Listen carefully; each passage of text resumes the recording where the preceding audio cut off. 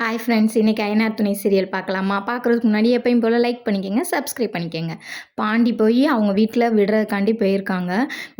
போயிருக்கையில் அந்த பொண்ணை வந்து கையை பிடிச்சி இழுத்துட்டு போகுது. அவங்க அம்மா இழுத்துட்டு போகிறாங்க. இழுத்துட்டு போகையில் பாண்டி உள்ளே போய் சொல்கிறாங்க, சார் மன்னிச்சுக்கங்க, நான் செஞ்சது தப்பு தான்.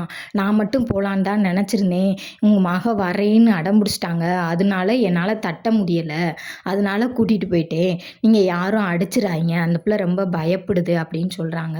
சொன்னோன்னையும் எல்லாரும் முன்னாடியும் ஒருத்தட்டையாக கையெடுத்து கும்பிட்றாரு. கும்பிட்டு முடித்தோடனையும் பார்த்தீங்கன்னா அந்த ஆம்பளை பையன் கூட மன்னிப்பு கேட்குறதுக்கு சங்கடப்படலை. நீ பாரு பிள்ளையை எப்படி வளர்த்துருக்க, நல்லா ஓ மக கொஞ்சமாவது பயம் இருக்கா? அந்த பையன் பாரு கையெடுத்து கும்பிட்டுக்கிட்டு இருக்கான் அப்படின்னு சொல்லி அவங்க அப்பா சொல்கிறாரு. சொன்னோன்னே அவங்க மகன் சொல்கிறாரு, என்னப்பா நீ என்ன அவனுக்கு சப்போர்ட் பண்ணிக்கிட்டு இருக்க அப்படின்னு சொல்லி அவங்க அண்ணன் சொல்கிறாரு. டே பாரு எப்படி இருக்கா, இவன் கொஞ்சம் கூட மரியாதை இல்லாமல் திமுறு பிடிச்சி அலையிறான் அப்படின்னு அவங்க அப்பா சொல்கிறாரு. அப்படி சொன்ன நிமிஷம் அப்புறம் பார்த்தீங்கன்னா அங்கே பாண்டி வீட்டை காட்டுறாங்க. பாண்டி வீட்டுக்கு போனோன்னையும் அவர் வண்டியை நிப்பாட்டிட்டு உள்ளே வராரு. சோழன் ஒரு பக்கம், சின்ன தம்பி ஒரு பக்கம், அவங்க அப்பா ஒரு பக்கம், ஆளுக்கு ஒரு பக்கம் ஒன்று ஒன்றா சொல்கிறாங்க. சொன்னோன்னே, அண்ணே நான் ஒன்றும் கூட்டிகிட்டு போகணுன்னு நினைக்கலனே, அந்த பிள்ளையை பற்றி தான் உங்களுக்கு தெரியும்ல, நான் வேணான்னு எவ்வளவோ சொன்னேன், அந்த பிள்ளை கேட்கல, நான் வந்தாலே வருவேன்னு சொல்லிருச்சு. சரி நம்ம சீக்கிரம் போயிட்டு சீக்கிரம் வந்துடலாம்னு சொல்லி தானே நான் நினச்சேன். டிராஃபிக்கில் மாட்டிக்கிட்டேன், அப்புறம் அந்த ஜாமான் வாங்குறதுல கொஞ்சம் ரிஸ்க் ஆயிடுச்சுனே, அதனால தான் லேட் ஆயிடுச்சு, இல்லைன்னா நான் வெள்ளனையே வந்திருப்பேனே அப்படின்னு சொல்கிறாரு. சரி சாப்பிட்டியாடா அப்படின்னு கேட்குறாரு. இல்லைனே அப்படின்னு சொல்கிறாப்புல. அப்போ சோழன் சொல்கிறாப்புல, அவன் எங்கே சாப்பிட்ருக்க போகிறேன், அடித்து ஓட்டிகிட்டு வந்தால தான் இவ்வளோ தூரம் ஓட்டிகிட்டு வர முடியும், எங்கேயும் சாப்பிட்டோ எங்கேயோ நேரம் டிஸ்ட்ரை பண்ணியோ வந்தோம்னா லேட் ஆகும்னே அப்படின்னு. சரி போ, நீ போய் கை கால் மூஞ்சி கழுவிட்டு வா போ அப்படின்னு சொல்லி அனுப்பிச்சி விட்றாங்க. அனுப்பிச்சி விட்டோன்னே கைகால் மூஞ்சி கழுவிட்டு திரும்ப உள்ளே வந்து எல்லாரு கூடயும் பேசிக்கிட்டு உட்காடுறாங்க. பேசிக்கிட்டே இருக்கையில் அப்புறம் சூப்பராக போகுது போல், எப்படி நல்லா சுற்றி பார்த்துட்டு வந்திருப்ப போலையே கூட்டிகிட்டு போய் அப்படின்றாங்க. சொல்லிக்கிட்டு இருக்கையில் காலையில் விடிஞ்சோடனே அன்னை வந்து டீ போட போகிறாரு.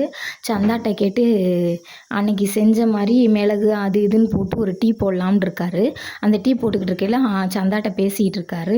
இடையில பல்லவன் வந்து கேட்குறேன், என்ன நீ வர அந்த பிள்ளை கூட பேசிக்கிட்டே நீ டீயாக இருந்தாலும் சாப்பாடாக இருந்தாலும் சொதப்பி போடுறனே, ஒன்றும் சரி வரலனே அப்படின்னு. அப்போ சோழன் வந்து, என்ன காலையிலே சந்தா கூட மீட்டிங்கா அப்படின்னு சொல்லி கேட்குறாரு.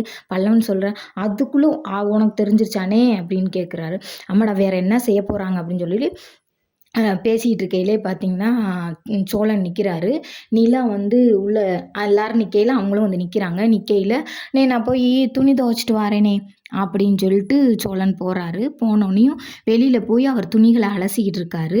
நிலா வந்து உள்ளேருந்து வெளியில் போய் சோழன்கிட்ட பேசுகிறதுக்காண்டி போகிறாங்க. சோழன் பார்த்தீங்கன்னா மூஞ்சி கொடுத்தே பேசவே மாட்டுறாரு. என்ன சோழன், நீங்கள் மூஞ்சி கொடுத்தே பேச மாட்டீங்க, ஏன் அன்னைக்கு கொண்டு வந்து என்னை விட்டுட்டு வந்தீங்க, அதுலேருந்து என்னை உங்களுக்கு பிடிக்கலை, நான் போய் டின்னர் போனது பிடிக்கலையா, இல்லை என்னைய காரில் பிக்கப் ட்ராப் பண்ணுறதுக்காண்டி அவர் ஓனர் வந்து வெளியில் வந்து நின்றாரே அதனால பிடிக்கலையா, என்ன காரணம்னு சொன்னால் தானே எனக்கு தெரியும்னு. ஓ என் மேலே உங்களுக்கு இவ்வளோ அக்கறை இருக்கா, நான் பேசலை, நான் வந்து இதெல்லாம் நோட் பண்ணேன், இதெல்லாம் உங்களுக்கு தெரியுமா அப்படின்னு சொல்லி சோழன் கேட்குறாரு. நீங்கள் சும்மா ஏதாவது பேசாதீங்க, ஏன் ஒழுங்காக பேச மாட்டீங்கன்றதை மட்டும் சொல்லுங்கள் அப்படின்னு சொல்கிறாரு. ஆமாம் நீங்களும் ஆர்கிடெக்கு அவங்களும் ஆர்கிடெக்கு, உங்கள் 2 பேத்துக்குள்ளேயும் பேச அதிகமாக இருக்கும், நான் என்னங்க உங்களுக்கு பேச போகிறேன், இனி உங்களுக்கு டைவர்ஸும் கிடச்சிரும், அவரும் உங்களுக்கு பேசலாம். என்னைய பார்த்தா உங்களுக்கு எப்படி தெரியுது, என்னைய பார்த்தா வேலைக்கு போகிறேன்னு சொல்லிட்டு போய் அங்கே கடலை போடுற மாதிரி தெரியுதா, அப்படி பொண்ணு நினச்சிங்களா என்னைய, நீங்கள் என்ன நினச்சி என்கிட்ட பழகிக்கிட்டு இருக்கீங்கன்னு எனக்கு தெரியலை, என்ன நீங்கள் வாய்க்கு வந்ததெல்லாம் பேசிகிட்டு இருக்கீங்க அப்படின்னு சொன்னால், அப்புறம் என்னங்க அவன் என்கிட்டே வந்து ஏன் ஆளுன்றியான், ஹார்ட் சிம்பல் வச்சுருக்கேன், கிஸ் சிம்பல் வச்சுருக்கேன், சத்தியமாக இதெல்லாம் எனக்கு தெரியாது, இது தெரிஞ்சிருந்தால் நான் அன்னைக்கே கேட்டிருப்பேன், ஆப்பாப்பா நீங்கள் கேட்டுட்டாலும் அப்படின்னு சொல்கிறாரு சோழன். உங்களுக்கு என்னை பற்றி தெரியாது, நீங்கள் தேவையில்லாமல் பேசுகிறீங்க சோழன், இதுக்கு மேலே உங்கள்கிட்ட பேசுகிறதுக்கு எந்த ஒரு இதுவுமே இல்லை சோழன், அப்படின்னு சொல்லி சொல்கிறாங்க. நிலா கோச்சிட்டு போகிறாங்க.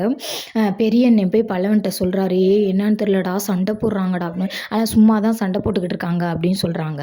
"உனக்கு எப்புட்றா சும்மான்னு தெரியும்?" "அண்ணே நான் காலேஜ் படிக்கிறேன். இது கூடவா அண்ணே தெரியாமல் இருக்கும்? சும்மா இருண்ணே 2 பேரும் சும்மா போட்டுக்கிறாங்கண்ணே" அப்படின்னு சொல்லி சொல்கிறாங்க. இதோட முடியுது. சேனல் பிடிச்சிருந்தா சப்ஸ்கிரைப் பண்ணிக்க, லைக் பண்ணிக்கங்க.